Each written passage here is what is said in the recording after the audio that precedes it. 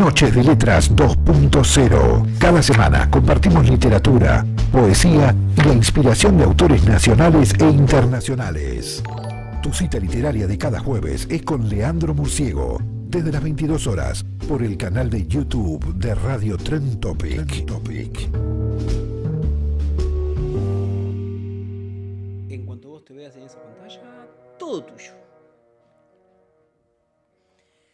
Dicen los diccionarios y los corazones despiadados que la crueldad es la acción más inhumana de este mundo. Reírse a carcajadas, burlarse de los bolsillos vacíos, retorcerse en el piso ante el dolor ajeno, contarle las costillas al perro abandonado en la vereda, meter el dedo en la llaga y hurgar hasta que duela, hasta que sangre la herida.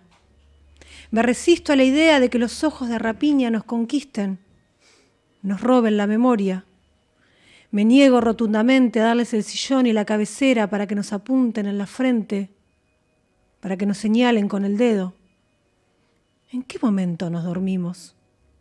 ¿En qué descuido nos saquearon los recuerdos? Desterrar el odio es el verso que me viene al alma cuando pienso, cuando me pregunto, ¿en qué momento se nos vinieron encima los casilleros enemigos?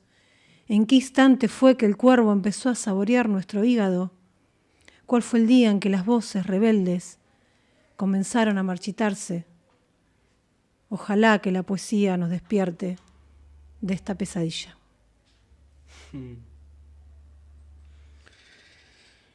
Habría que terminar con un amén, ¿no? Resumen de época, volumen 1.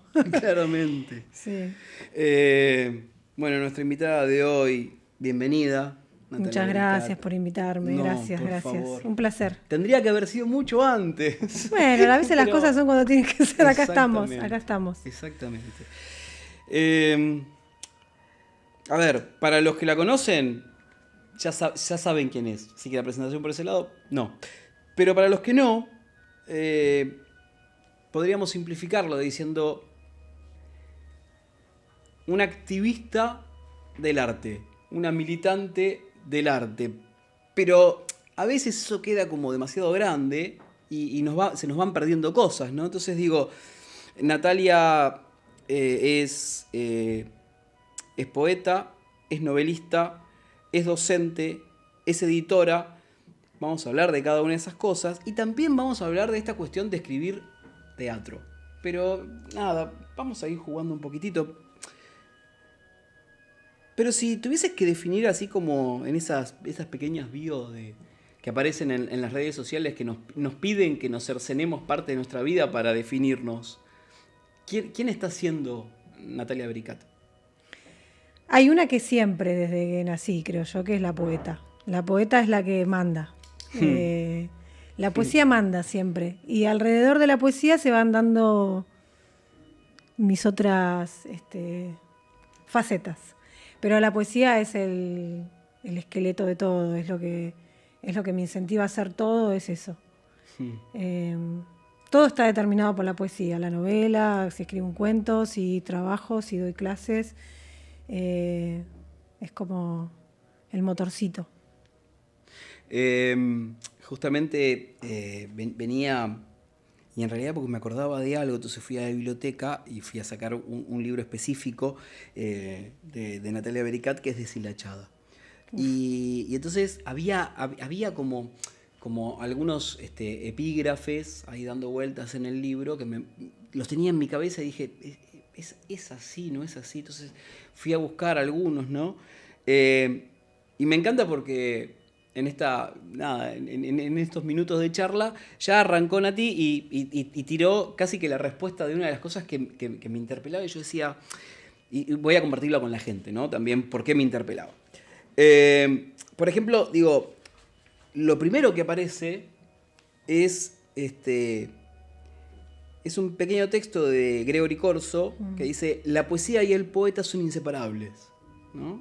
Y es buenísimo porque este libro salió publicado en 2020, con lo cual tiene un recorrido anterior para Nati, pero ahí hay algo que se sigue sosteniendo, Sí, ¿no? sí, esa teoría es firme. Y esta cuestión, y si hay algo que en los últimos tiempos a mí me sentí muy cómodo con la gente, o de la gente que hace que yo me sienta cómodo con ellos, quiero decir, que es la coherencia de los otros, ¿no?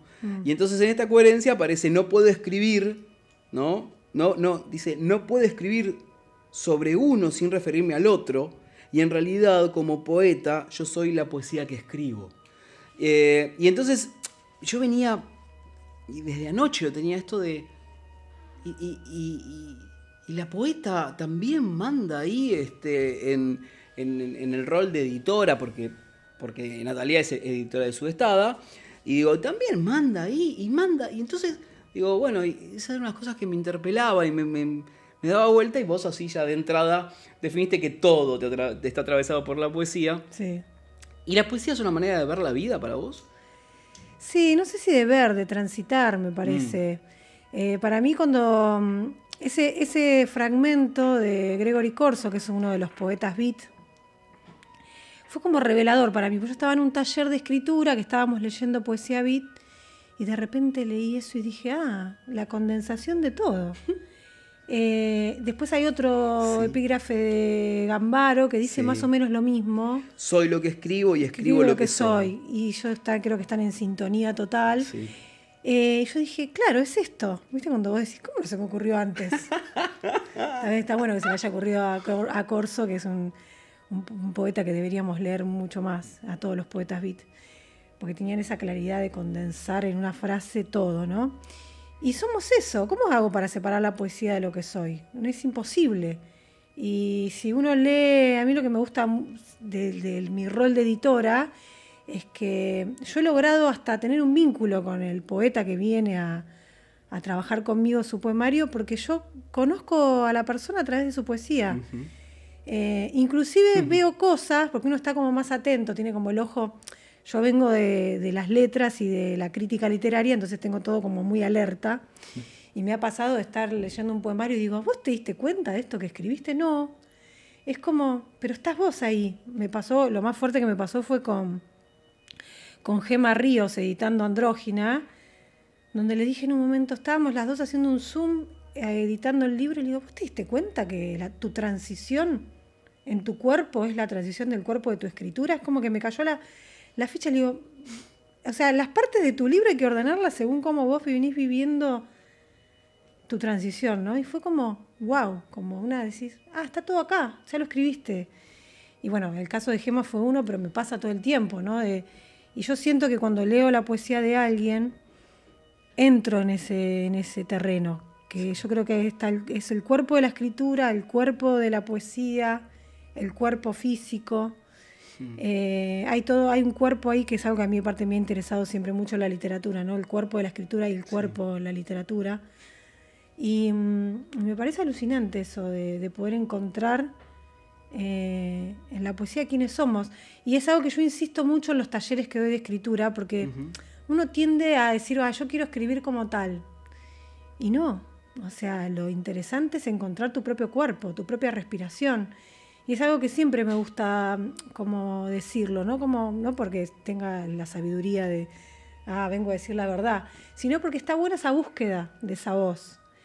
Que yo la fui encontrando y llega un momento que sale sola y vos decís, yo soy esto, soy así intensa, escribo de esta manera. Este poema que leí al principio lo escribí de un tirón porque estaba re enojada y vos decís, soy esto, yo leo una noticia y escribo.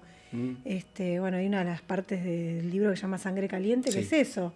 Escribo de un tirón, escribo con la sangre caliente suplicando salir al vacío, ¿no? Escribo así. Igual, yo tengo esta cuestión de, es cierto eso, lo que pasa es que tus tirones no son iguales que los de otro, ni los mismos que al principio tuyo. No, digo, obvio. Al tener este recorrido del periodismo, al tener este recorrido de la edición, al tener este recorrido de la lectura, estos tirones que tenés hoy no son los de Natalia de cuando tenía 20 años. Entonces digo, bueno, son otros tirones, ya venís editada en tu cabeza, ya hay un laburo. Sí, con la poesía quizás, con el resto de los géneros estoy como poniéndome desafíos, yendo como a otros lugares. Yo estoy tratando de encontrar mi voz todavía en la novela. Tengo 2 novelas publicadas y me costó mucho. Acostumbrada, en un momento me acuerdo que estábamos editando Malparidas y lo leía con mi primo y en un momento me dice, ¿vos te diste cuenta que todas las oraciones tienen la misma cantidad de sílabas. Le digo, no, o sea, no lo hago a propósito. Me decía, salí de la poesía un poco, porque es como que yo estaba escribiendo narrativa con el esquema de la... Y bueno, y en Los Jardines de Juana me pasó, bueno, que ya que está ahí cámara muestro, Los Jardines de Juana, que yo necesité poner la poesía para suavizar un poco todo esto que le pasa a Juana. Y aparecen estos intervalos poéticos porque yo necesito meter la poesía porque es el lugar donde me siento bien y aparte donde me siento segura. Claro. Y lo mismo me pasa con el teatro ahora, que estoy como recién dando mi primer pasito de lo de escribir Juana en teatro fue como la excusa. Yo estoy aprendiendo a escribir teatro. Claro. Ahí como saber utilizar las herramientas, estoy tomando talleres con una dramaturga y entonces estoy ahí como incursionando en encontrar mi voz en el teatro. Como fui haciéndolo con la novela y con algunos cuentos, estoy tratando de buscar mi propia voz, que no la conozco. Entonces está buenísimo el proceso de entrar en ese lugar, de encontrar el cuerpo. Claro. De decir, bueno, soy lo que escribo, soy todo lo que escribo, soy lo que escribo a la mañana cuando me levanto y tengo que escribir sobre lo que pasa en la realidad, y también soy la poesía que escribí a la tarde, y también soy mi ejercicio de teatro a la noche, qué sé yo, es como que soy todo eso. Y aparte somos otro montón de cosas, ¿no? Porque uno toma... Yo entiendo un poco tu reflexión. Uno toma una postura política, o sea, yo no escribo porque... Yo escribo porque hay cosas que me joden. Claro. Entonces, en esa militancia, en ese activismo, no es que yo no escribo con la intención de entretener a la gente. Yo escribo porque es una pulsión. Yo no puedo estar sin escribir. Igual, digo, yo me arriesgo casi a esta historia de pensar esto de... Y si quisieras entretener... Podría llegar a entretener, no, que no estoy pero diciendo, sin soltar eso. No, pero no estoy diciendo como... que no sea válido. Hay poesía para entretener, pero a mí no me sale. O sea... No, pero digo, creo que aparte por tu esencia, tampoco, como tampoco podés soltar la que escribe teatro, claro, en quien sos, y también sos esa, si te dedicases a hacer otra cosa, seguirías siendo esta que sos. Claro, sí, soy la misma persona. Son todas tus banderas y claro, no soltás ninguna. Sí, eso es un compromiso porque uno pone el cuerpo y uno... Bueno, claro. Después están los cansancios, los agotamientos... Ni hablar, ¿no? Lo que pasa en la realidad, los femicidios, los abusos, la violencia de género, bueno, todo lo que pasa, que eso también atraviesa la escritura. Entonces, y atraviesa el cuerpo, que es el mismo cuerpo, o sea, yo siento que es un solo cuerpo. Por eso, cuando yo leía Corso dije, era esto. Soy la poesía que escribo, o sea, es eso. Y siempre lo digo porque... Me parece que es lo que ordena un poco, ¿no? Ordena un poco lo que somos. Y es tan interesante también esto de encontrar no solamente en uno, sino también con tu trabajo, digo, básicamente es esto de encontrar al otro ahí, porque en realidad la escritura es eso, es un espejo. Sí. Entonces, en ese espejo, y encontramos tantas cosas. Digo, que muchas veces hasta la escritura hasta se termina convirtiendo en ese espejo que ni nosotros mismos conscientemente podemos llegar a ver, y por suerte a veces, ¿no? Sí, cuanto más le podremos sacar la conciencia, mejor. Claro. Bueno, eso es fantástico. Y aparte, la poesía es un gran puente para eso, ¿no? Un puente hacia ese inconsciente. Para llegar a otros lugares, sí. ¿Y a qué lugares te llevó la poesía a vos? Yo creo que, y esto lo trabajo también mucho en los talleres, el primer lugar donde te lleva la poesía es a la infancia, me parece a mí. Esa primera parte. Es la primera parte, es ese no lugar, ese estado de placer, de encontrarse con esa infancia donde hay un montón de respuestas, con lo sensorial. Yo creo que es el primer lugar donde nos lleva. Y después te lleva, yo creo que hay como un camino que te lleva de lo individual a lo colectivo. A mí no me gusta leer sola, por ejemplo. O sea, se notó el sábado que estuve en la 58.500 poetas uno atrás del otro. Contale a la gente, porque hay gente que no sabe. Bueno, hicimos el primer festival de poesía subversiva en Banfield y éramos un montón. Desde las 5 de la tarde que arrancó el festival hasta las 11 hubo gente leyendo poesía. Después ahí tuvo Juli Lazo, Paula Mafía y Marutaki cantando y tocando. Pero fue una maratón de poesía. Y yo estaba chocha, estaba muerta porque estuve 6 horas parada hablando. Pero era conocer las voces, conocer a cada uno, porque cada uno que llegaba al escenario era conocerlo también, porque yo a los de la editorial que trabajan conmigo y amigos que son de otras editoriales que los veo seguido o que comparto lectura, los conozco, pero hubo gente que la escuché por primera vez. Y es alucinante eso, de poder encontrarse con otras voces. Uh-huh. Y aparte esto que te decía hoy más temprano, como la necesidad de esos espacios, la necesidad de generar un espacio donde encontrarse y es, a veces ni siquiera es hablarse, es como reconocerse con el otro, ¿no? Mm. En un momento donde hay tanta crueldad, donde hay tanta falta de humanidad, donde hay tanta carencia de un montón de cosas, estar en un lugar con cientos de personas escuchando poesía en silencio es como una maravilla, para mí es algo increíble. Sí, y dijiste algo en la previa cuando estábamos charlando que después, durante ese momento disfrutás, estás atravesada, te pasan un montón de cosas, sentís. Sí. Ahora después, cuando terminás esto que decías vos, me voy teniendo la esperanza de que algo mejor podemos hacer, ¿no? Y que ahí hay algo que está bueno. Sí. Y esa escucha atenta y ese respeto, y ese darle lugar a la palabra del otro, casi que es un contrasistema. Sí, es contracultural. Hoy, en este momento leer poesía es contracultural. En esto de que estamos todo el tiempo frente a un gobierno que ataca la cultura y que está con esto de la batalla cultural, en realidad es destruir nuestra propia cultura, ¿no? Meternos una cultura ajena, extranjera. Y bueno, generar estos espacios es como una fricción constante, una lucha, una resistencia. Sí. Hay algo que se resiste ahí. Y se resiste no solamente de la poesía. Tengo un montón de amigos actores, actrices que trabajan en cine, en teatro, músicos que están en las mismas.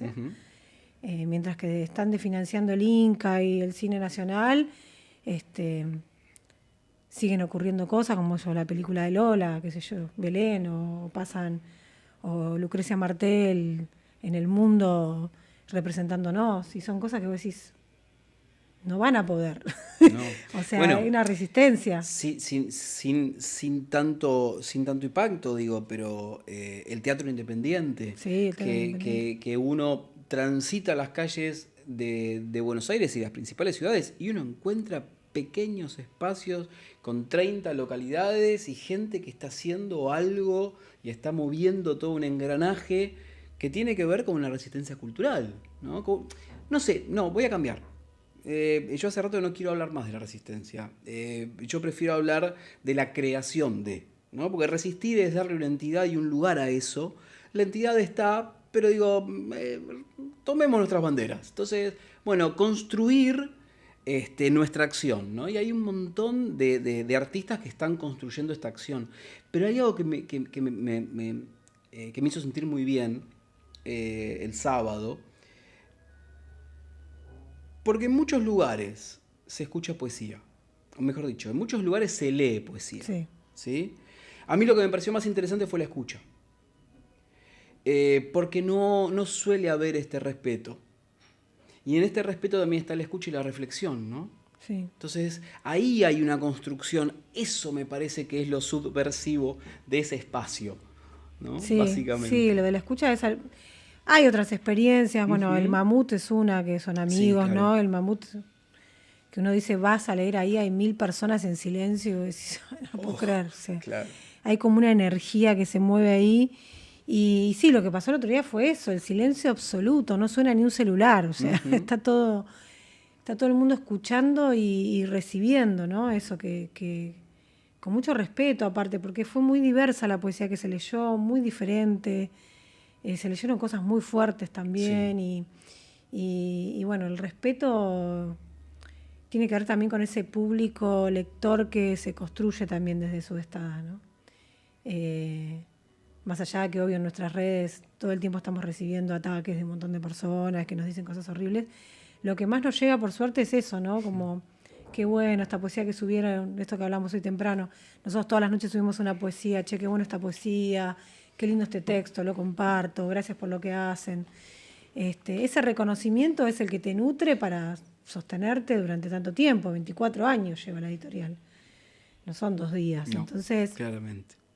y es difícil poner la cara, porque nosotros somos muy de la polémica. Para mí es algo la polémica que no tiene que terminar nunca. Eso es muy de la literatura también, ¿no? Polemizar y debatir y, bueno, no estoy de acuerdo, pero argumento y digo esto. Y bueno, a veces subimos cosas que la gente dice, bueno, pero yo no estoy de acuerdo porque, bueno, bienvenido. Mientras que no sea con odio, y a eso los detectamos rápido igual, a los odiadores seriales. Pero en la segunda palabra aparece. Está bueno esto de que haya un espacio para debatir política. Antes se debatían los cafés, ahora Twitter es una cloaca. O sea, no puedes comparar lo que ocurre ahí. Entonces, bueno, volver a eso, ¿no? A la discusión política, a la organización, a reconstruir todos esos espacios que quizás están más diseminados. Pero bueno, es un laburo. Y es un laburo que demanda cuerpo. Sí. No remunerado. Claramente, Aparte, porque bueno, hoy hablábamos de esto de que nadie llega a fin de mes y uno tiene 20.000 laburos para sobrevivir. Y bueno, poner el cuerpo en la poesía, todos los que estamos ahí sabemos que esto no sirve en términos económicos. ¿A quién le sirve publicar un libro de poesía? Si alguien tiene esa fantasía, vaya sacándosela. Es puro placer emocional, no es económico. Sí, puro placer emocional y displacer económico. Uno pone plata para estas cosas. Claro. Pero bueno. Claro. ¿Quién te quita lo bailado? ¿Quién te quita lo escribido? Sí, vale, sí, tal cual. ¿Quién te quita? Pero bueno, yo creo que son tiempos complicados donde... Por eso también llamamos a otras editoriales, porque me parece que esto no es una cuestión de que nosotros hagamos algo ni que nos llenemos de... No, es cuestión de que abrir el paño, que sí hay un montón de gente que está haciendo cosas, como vos decías. Bueno, juntémonos y hagamos cosas que sumen y que ayuden. Y bueno, yo aclaro como para... porque a lo mejor vos estás de otro lado, no tenés idea, no lo viste, no fuiste...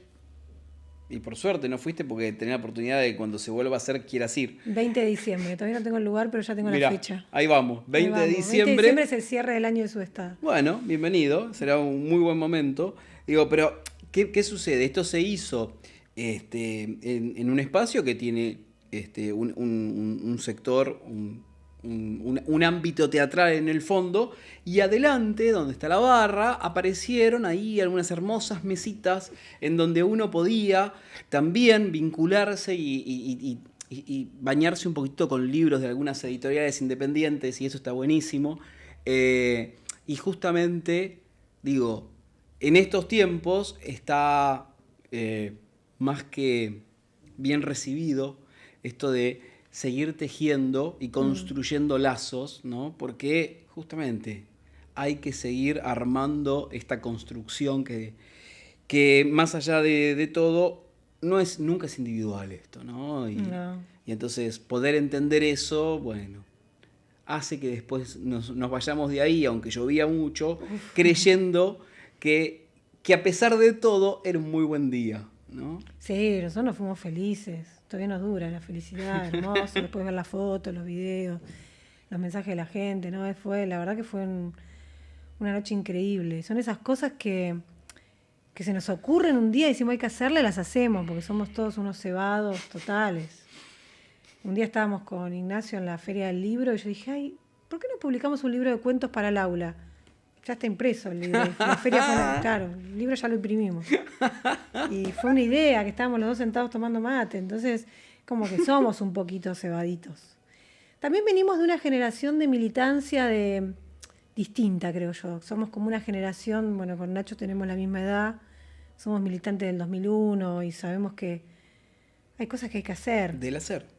Somos del hacer, somos del militantes del hacer. Claro. Somos la generación de los 40 y pico que salimos a la calle en su momento y que no dudamos que las cosas hay que hacerlas. Entonces, hacemos un festival ya. Bueno, ahora estamos organizando la presentación de este libro y ya ayer no teníamos nada y ya tenemos fecha, lugar, horario, ya está. O sea, es como que somos un poco manijas. A veces a la gente les cuesta seguirnos un poco el ritmo. Somos bastante parecidos con Ignacio, pero tenemos esa cosa del accionar para adelante. Y bueno, terminamos muertos pero felices.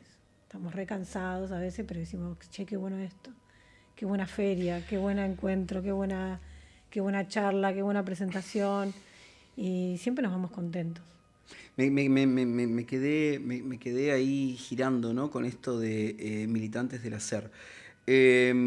Quizás porque, bueno, yo también ando en los 54 y entonces es como me cuesta a veces esto de salir de la virtualidad, ¿no? Decir, estoy con muchos diciendo, che, salgamos de ahí.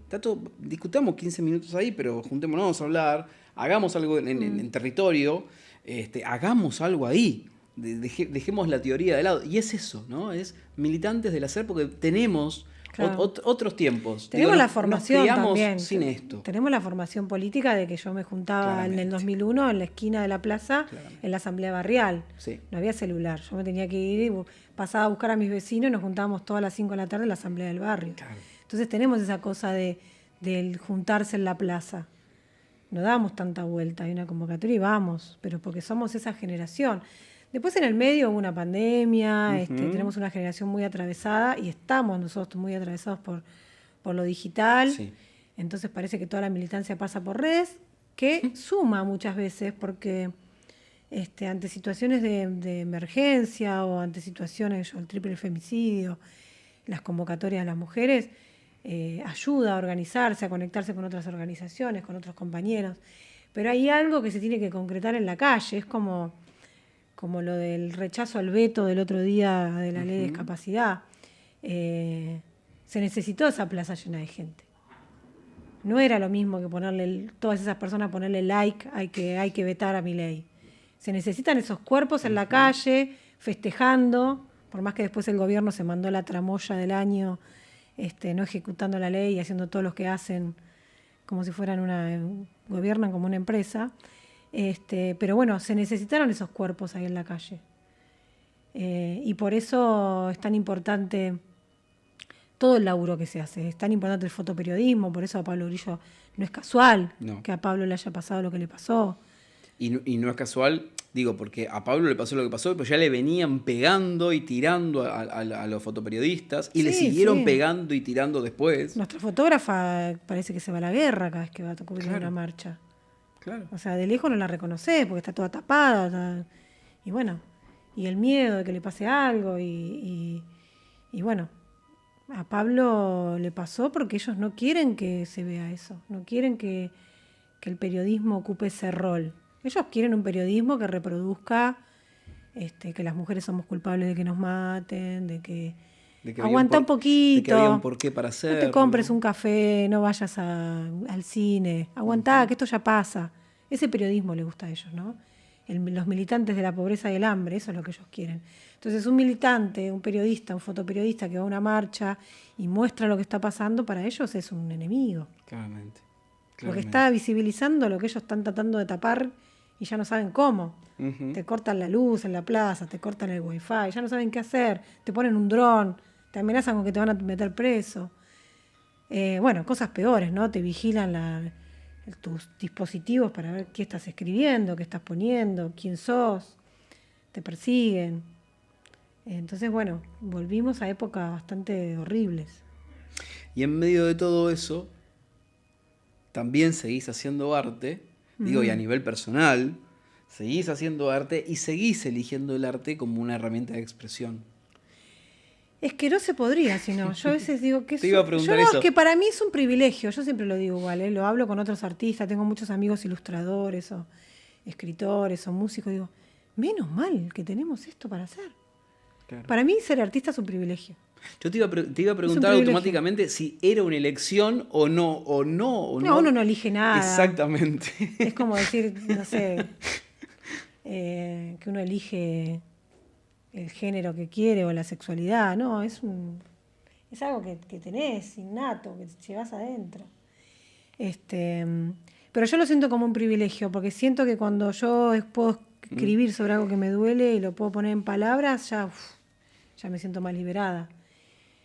Y hay personas que no pueden hacer eso, no sé si no pueden, sí pueden, pero por ahí no encontraron la manera, o no todos tienen esa capacidad de poder conectarse con el arte.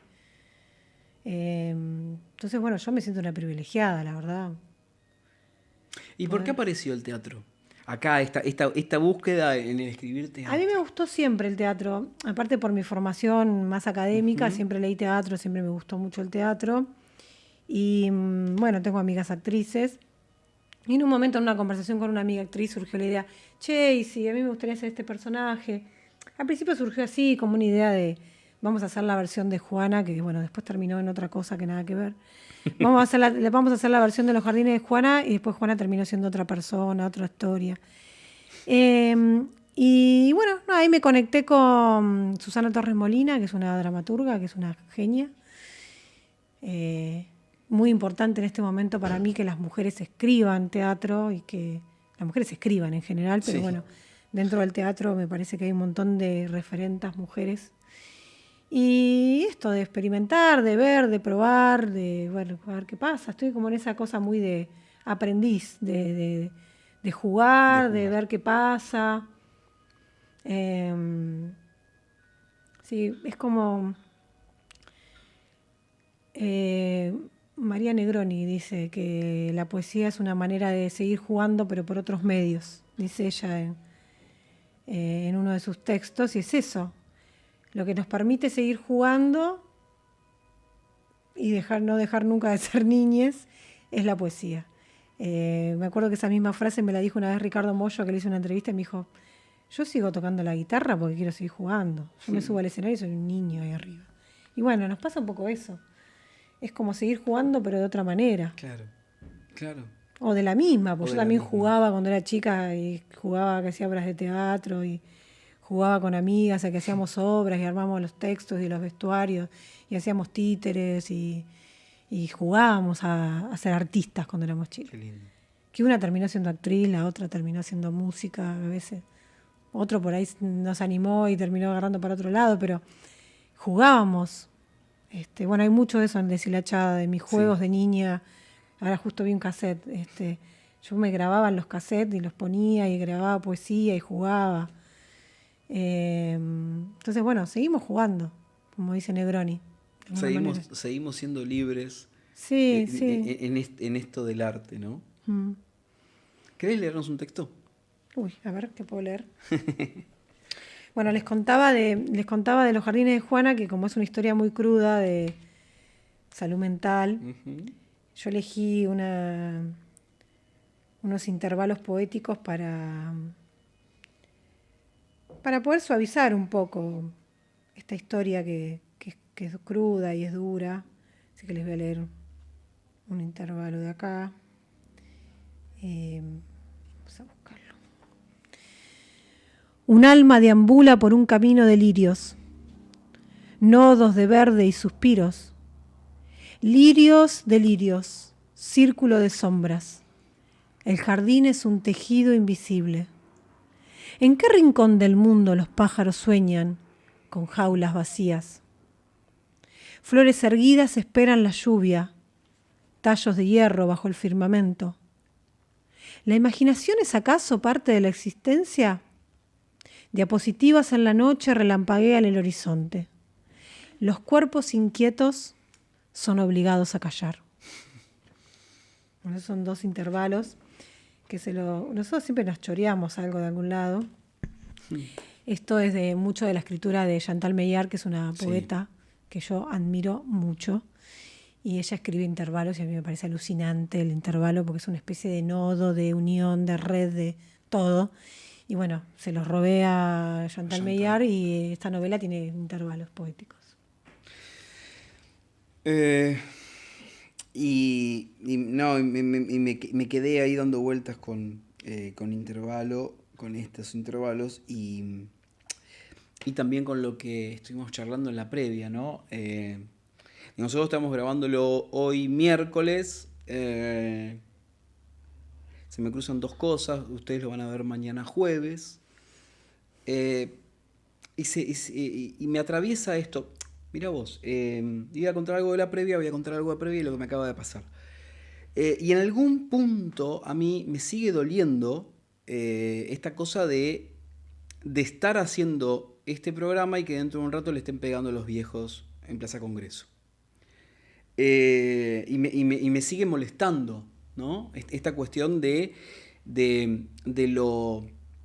naturalizar, de acostumbrarnos hasta los dolores, ¿no? Acostumbrarnos. Y en nuestra vida nos acostumbramos a los dolores y naturalizamos hasta un dolor de muelas cuando lo tenemos durante mucho tiempo y no está bueno. Entonces digo, en esta cuestión de que no está bueno, hay un montón de cosas que vamos naturalizando. Y hoy no es un día común tampoco. Yo creo que ninguno lo es. Pero digo, hoy no es un día común porque justamente otra vez vuelve a aparecer en los medios el tema de los femicidios. Y digo en los medios porque yo voy a seguir insistiendo, muchas veces no aparecen en los medios, pero siguen estando todo el tiempo. Lo que pasa es que a veces no llegan a tener el mote de tapa, ¿no? No dan el piné para la tapa. Porque a veces cuando se mata a una piba de piel más oscura en la mitad de un monte no da para una tapa. Ahora, si la piba es rubia y a lo mejor está en Belgrano, da para 14 publicaciones. Entonces lo que estoy diciendo, y ojo, no estoy poniendo el ojo sobre la víctima, lo estoy poniendo el ojo sobre aquellos que hacen un rédito y un negocio de esto. Entonces lo que digo es, hoy no es un día común, hoy otra vez volvemos a estar atravesados por algo que en realidad nos atraviesa todo el tiempo, que tiene que ver con esta cuestión de la violencia de género, con esta cuestión de un discurso imperante por una manera de llevar adelante una sociedad que tiene que ver con el machismo, que tiene que ver con la imposición básicamente, de una situación de poder. ¿Sí? Entonces digo, hoy no es un día común y lo hablábamos esto en la premia con Nati, y que justamente también a vos te atraviesa porque aparte ustedes son, digo, referentes de este tema, pero en el sentido de están siempre militándolo, están siempre visibilizándolo. Entonces, obviamente están mucho más atravesados que otros periodistas, medios y demás. ¿Cómo se puede vivir con esto? ¿Hay alguna respuesta? No sé, es difícil. Hay que ver si eso de vivir es tan así. Claro. No sé si podemos vivir. Yo cuando escucho a Adorni o al presidente hablar de que empiezan a hablar sobre la figura del femicidio y tenemos el ministro de Justicia que banaliza, revictimiza, la figura de femicidio, que es un logro legal que se ganó en la calle. Uh-huh. Antes una mujer la asesinaban y era un problema doméstico, era un problema de, se peleó con el marido, la mató porque se le pasó, esa cosa horrible, ¿no? Pensar en la figura de femicidio es reconocer que existe la violencia machista, que es la que asesina a las mujeres, y que es algo que ocurre. Uno cae en la trampa, ¿no? Pero uno termina hablando de estadísticas y que cada 24, cada 30. A nosotros nos llega todos los días el femicidio de cada, yo le digo el femicidio de cada día, yo me levanto con eso todos los días. Si no es la prima, es la tía. Mataron a mi hermana, mataron a mi prima, mataron a mi tía, necesitamos difundir, por favor, necesitamos ayuda. De todas esas mujeres que desaparecen, que son asesinadas, son tantas que eso es lo que a mí más me duele, porque a veces hasta me da bronca. Hasta nos olvidamos los nombres, porque nos mezclamos los casos. Llega un momento donde decís, pero, no, esta es la piba de Corrientes, no, esta es la de Misiones, no, esta es la piba que asesinó a un policía otra vez.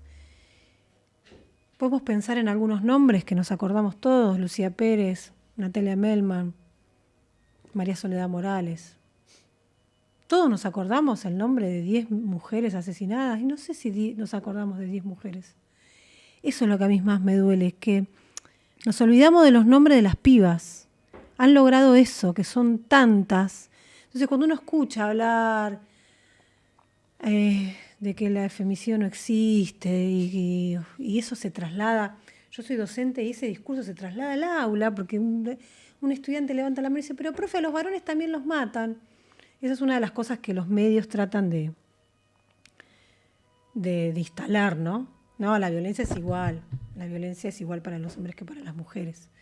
Entonces ahí está donde uno da el debate, uno habla de perspectiva de género, donde uno habla de la realidad, de qué pasa cuando salimos a la calle, de qué pasa cuando una amiga está camino a la casa y hasta que no nos dice llegué bien, no dormimos. Y al otro le decimos, boluda, no me avisaste que llegaste, y yo estuve con el corazón en la boca. Eso no le pasa a los varones. Y el caso del triple femicidio fue como el caso que rebalsó toda la semana. Venimos rebalsadas de escuchar a Cordera lavándose culpas en un programa de televisión. Venimos de ver una publicidad de Shell donde meten a las pibas adentro de una bolsa de residuos. De que está de moda en TikTok meter a la piba de, no sé, a la de marketing adentro de una bolsa. Entonces después dicen, no, lo que pasa es que el feminismo se pasó un par de pueblos. Sí, nos faltan como unos cuantos pueblos más. Hoy una compañera me decía, no pusimos primera todavía. Pero es que el punto es que ¿quién se pasó? Claro, ¿No? es porque siempre la mirada está en la víctima.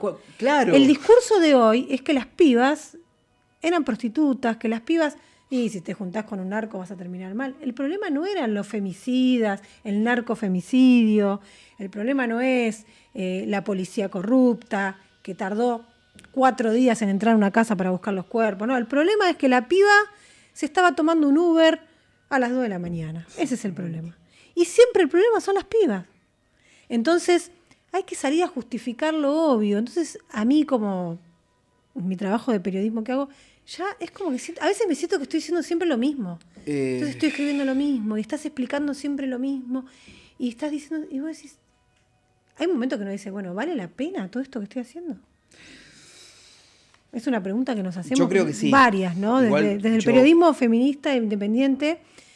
Creo que porque estamos re cansadas todas, de todo, porque no es una, somos un montón de compañeras que estamos todo el tiempo recibiendo mensajes, compañeras que están todo el día con el teléfono que arde. Uh-huh. Si no es un abuso, es una mujer desaparecida, si no, es todo el tiempo. Entonces, vos prendés los medios hegemónicos y encontrás, hoy yo a la mañana me levanté para escribir y leo que dice, por poco las mataron por puta, y vos decís, no, pero bueno, no entendimos nada. ¿De qué estamos hablando? Metieron a 3 pibas dentro de un pozo, las enterraron en un pozo en partes. Entonces uno dice, ¿qué es esto? ¿Un espectáculo? ¿Un circo? ¿Qué somos? ¿Parte del espectáculo mediático? ¿De qué se alimentan de la sangre de las mujeres? Entonces es difícil porque ya estamos como cansadas de estar explicando siempre lo mismo, y con un gobierno que no ayuda, que cierra el ministerio, que cierra todos los lugares donde las mujeres podían pedir ayuda, que nos saca las herramientas, que porque hay cosas que no piensan en lo cotidiano, pero todos los hijos de las mujeres asesinadas se quedan sin protección económica, se quedan sin un lugar donde estar. Las familias de esas pibas se quedan sin poder tener un acompañamiento legal, psicológico. Esas son las cosas que pasan cuando hay un Estado ausente. Sí, y no simplemente y no simplemente eso. Hay cosas que son terribles, que tiene que ver básicamente con, voy a hablar del loquito, que no es un loquito, ¿sí? El que tenemos arriba no es un loquito. Tampoco es un inepto, porque si no eso sería sacarle chapa, y en realidad es tan responsable de cada cosa que hace. Y cuando digo esto es cuando nosotros decimos, no, bueno, pero son las formas del presidente que habla así, y en realidad no son las formas. Esas formas son las que habilitan otro tipo de maltratos también, aparte de esta cuestión de ir cercenando y recortando espacios de contención, recursos para el acompañamiento, campañas para cambiar todo esto. Entonces, cuando eso se va recortando desde lo económico y se va quitando el apoyo, se va vaciando áreas para que no tengan herramientas ni personal para llevarlo adelante, o no se capacita más a la gente, aparte de eso, también están las formas. Y las formas no son simplemente formas. Las formas llevan fondos. Y entonces cuando vos tenés a un presidente que maltrata a hombres, mujeres, niños, abuelos, ¿por qué no lo va a hacer la sociedad? Si no es castigado el presidente, ¿por qué va a ser castigado el resto? Si hay una contemplación para esta mirada, obviamente la va a haber para la otra.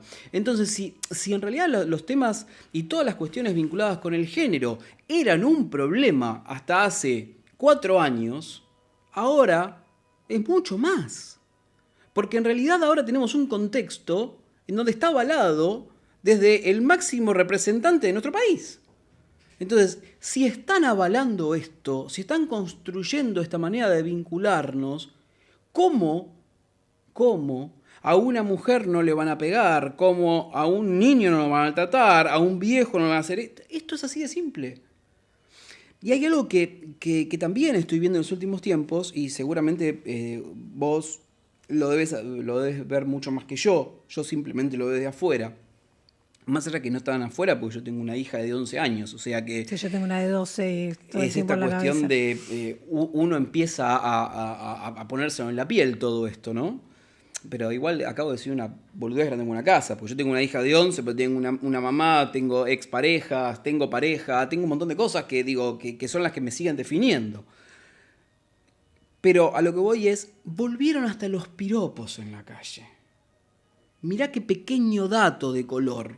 Algo que parecía que hasta estaba mal visto socialmente. Entonces, si desde esas pequeñas cosas se está involucionando en las más severas, es aún peor, ¿no? Pero ojo, esta es como mi mirada y que me enerva bastante. Pero digo, que tiene que ver también con estas cuestiones de las nuevas masculinidades. Gracias, tengo unos problemitas, ¿sabes? Que ahora hay otra nueva, que es volver a la vieja. Entonces, digo, aquello que hasta hace un tiempo estaba mal visto o no estaba avalado, ahora se empieza a avalar de vuelta. Entonces, digo, mirá todo lo que estamos perdiendo, ¿no? Mirá todo lo que estamos perdiendo. Y que en la mayoría de los casos son personas que les cuesta la vida, porque no son números, son personas que les cuesta la vida, son personas que dejan de estar con nosotros. Entonces, nada, creo que estas cuestiones de las militancias, es cierto, cada vez nos llevan más tiempo, pero... Sí. Pero creo que como la poesía no podemos hacer otra cosa, ¿no?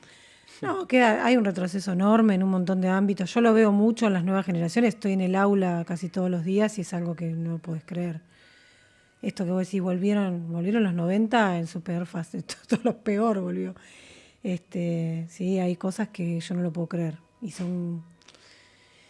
Pero bueno, vivimos así de aprendizaje a los ponchazos y creo que la mejor manera es siempre esa, ¿no? Organizarse, repensar, no comernos el verso, porque están continuamente vendiendo un verso.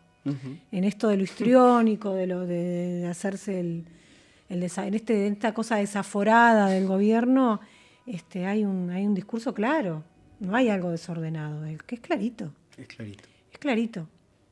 Y bueno, nos distraen con cosas. Mientras que se cobran coimas de discapacidad, nos hablan de otra cosa, y mientras que nos asesinan, nos hablan de otra cosa. Y bueno, y estamos con el chupete electrónico consumiendo lo que ellos quieren. Entonces, bueno, es difícil eso, ¿no? Como pensar que no es poca cosa es un montón. en este momento. Bueno, yo voy a empezar por una boludez grande como una casa también. Voy a empezar a tratar de cambiar esto de que nos venden un verso. Vamos a dejar de bastardear a los versos. Vendenos vos uno lindo, dale. Ay, a ver, vos tenés ahí mi libro de poesía. Sí, a ver, pásamelo. Sí, toma, bueno, toma, lo traje. toma. Vamos a leer algo de acá. Vamos a abrir así un poco al azar, a ver qué hay. Bueno, este es mi primer libro de poesías. Tengo otro terminado que estoy tan convulsionada por la realidad política de este país que no le termino de dar cierre. Así que trato de terminarlo, pero está ahí, en proceso. Vas a encontrar marca. Mira, encontraste uno marcado. Sí. Bueno, este es el que hablaba hoy de que escribo de un tirón, que son de esos textos que los escribo de una. Hay otros que los corrijo muchas veces, pero este sale de una. Escribo de un tirón. Escribo. Escribo con la sangre caliente que suplica salir al vacío. Explico con el pulso urgente y desesperado, queriendo aturdir a los sordos, queriendo abrir sus tejidos acorazados. Escribo hermanada con otros con el mismo latir acelerado.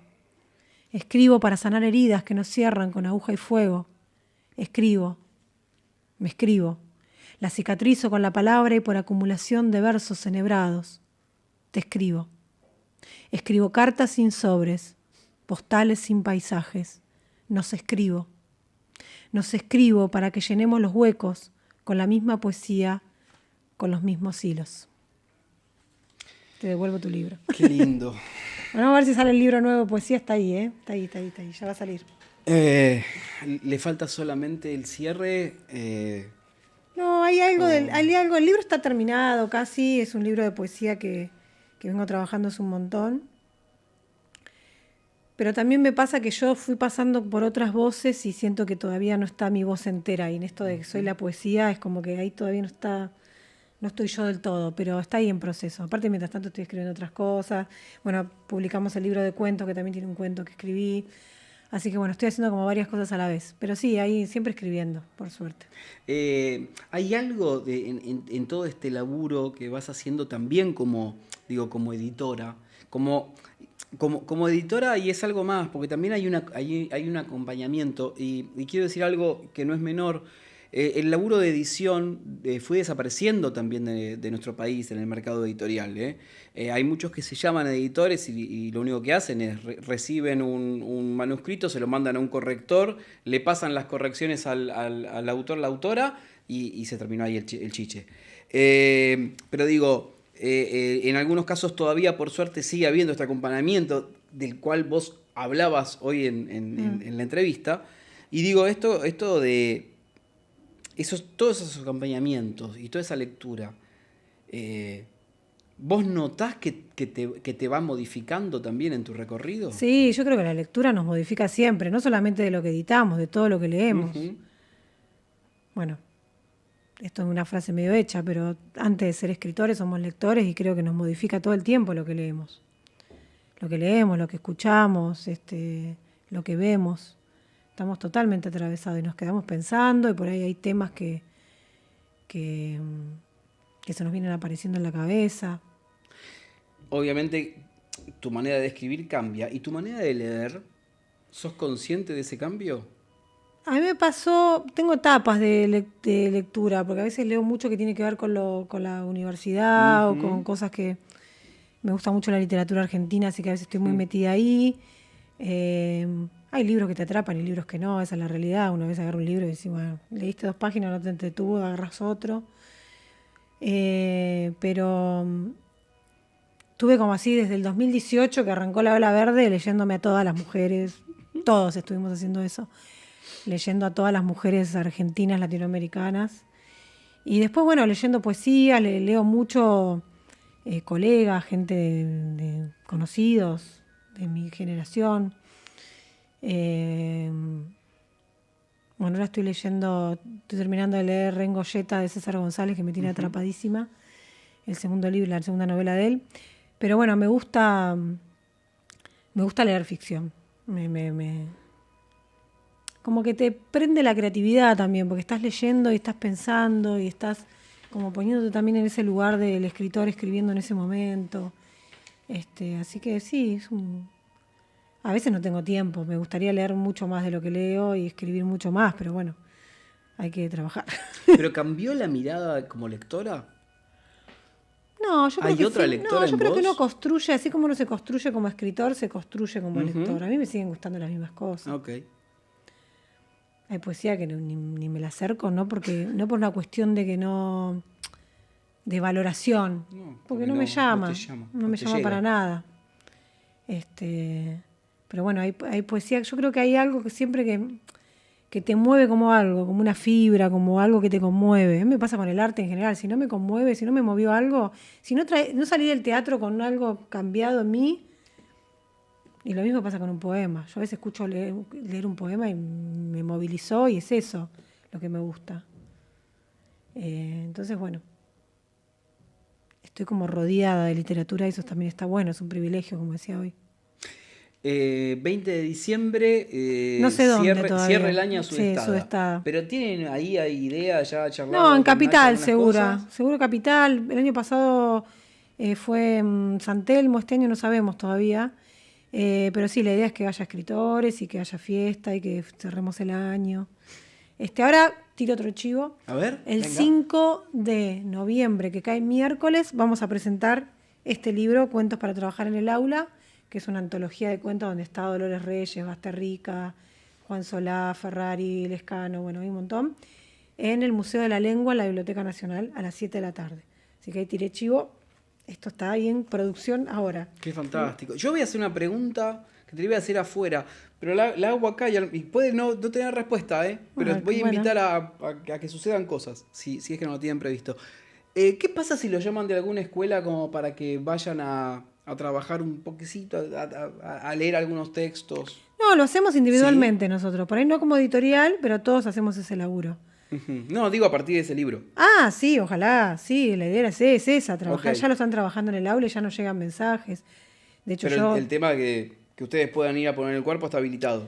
Sí, siempre, nosotros siempre vamos a las escuelas, Tenemos un par de sobre docentes todo, ahí dando vueltas. Juan Solá, Nina, bueno, Walter Lescano también es profe de literatura, bueno, varios de los que están acá son profes. Juan Carrá también es profe, hay varios que son profes y sí, estamos acostumbrados que nos llamen, bueno, Dolores ni hablar, con Cometierra, ha ido a un montón de escuelas. Así que sí, bueno, invítennos. Ahí vamos con eso y seguramente este fin de semana, viernes y sábado, se hace la Feria del Libro en UTE, así que seguramente ahí estaremos hablando como para agitar un poquito también bueno. E incentivar a algunos docentes para esta movida. Bueno, buenísimo. ¿Algún otro chivo que te haya quedado ahí dando vueltas? No, creo que no. Estamos ¿No? ahí con el del 5 de noviembre y el 20 de diciembre, creo que no me acuerdo nada. Más allá de que hay ferias todo el tiempo, se fijan en las redes de la librería. Fantástico. O en la de Sudestada y encuentran todo. Igual haremos récord también de esto. Elegiste un textito, yo voy a hacer cierre nuestro. Gracias por haber estado. Bueno. Millón de gracias. El tiempo se nos recontrapasó, o sea, así volando. Sí, se nos voló. Y estas son las mejores cosas, ¿no? Cuando se nos pasa el tiempo, porque, digo, si sucede eso, es porque las cosas están bien. Así que bienvenido que se nos pase el tiempo. Bueno, ahí esperen que no tenía el texto preparado. No, vos buscá tranquilo que nos faltan dos cositas breves. Hacemos cierre primero con operaciones técnicas y demás. En la operación técnica, Gonzalo Sorais, acabo de inventarle un nombre a Gonzalo, es con G igual, no le pifié tanto, ¿no? Gonzalo Sorais y Aldo Fernández, en la artística Luciano Fernández, mi primo, en la producción general poesíamanualzada.com.ar, no la vas a ver nunca más, Eso acostúmbrate. Ahora es apalabrarte.com.ar. La conducción Leandro Murciago, nuestra invitada de hoy, Natalia Bericat. Y te voy a hacer la recomendación y chivo solidario para que puedas acompañar a los chicos de Vianda Solidaria.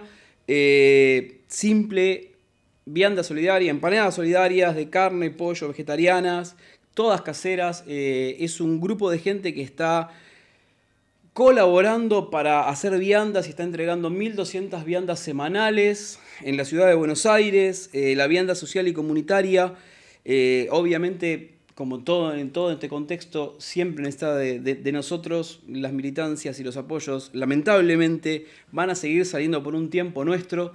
Pero esto tiene algo de bueno, que nos permite seguir vinculándonos y tejiendo estas redes de contención, ¿no? Docena de empanadas, 14.000 pesos. Viene docena más una. Así que ahí vas a darte cuenta que son 1.200 pesos la empanada. Riquísimas. Yo no sé con cuál me quedo, si con la de pollo o la de carne. La vegetariana lo solté hace rato. Tendría que volver a eso. Se puede retirar viernes, sábado por Villa Crespo. Y si querés hacer la consulta al 11 64 92 33 63 Vianda Solidaria, y obviamente podés seguirlos por Instagram, que es viandasolidaria.ok. Nada, apoyarnos entre nosotros en este tiempo, amorosamente, y seguir abrazándonos. Gracias por haber estado. Gracias a ustedes. Vamos con una positiva. ¿Qué sería del mundo si no soñamos? ¿Qué sería del alma si no supiera que mañana vuelve a salir el sol? No existe el día ni el instante en el que deje de soñar que las mariposas son eternas. Gracias. Qué lindo. Algo positivo.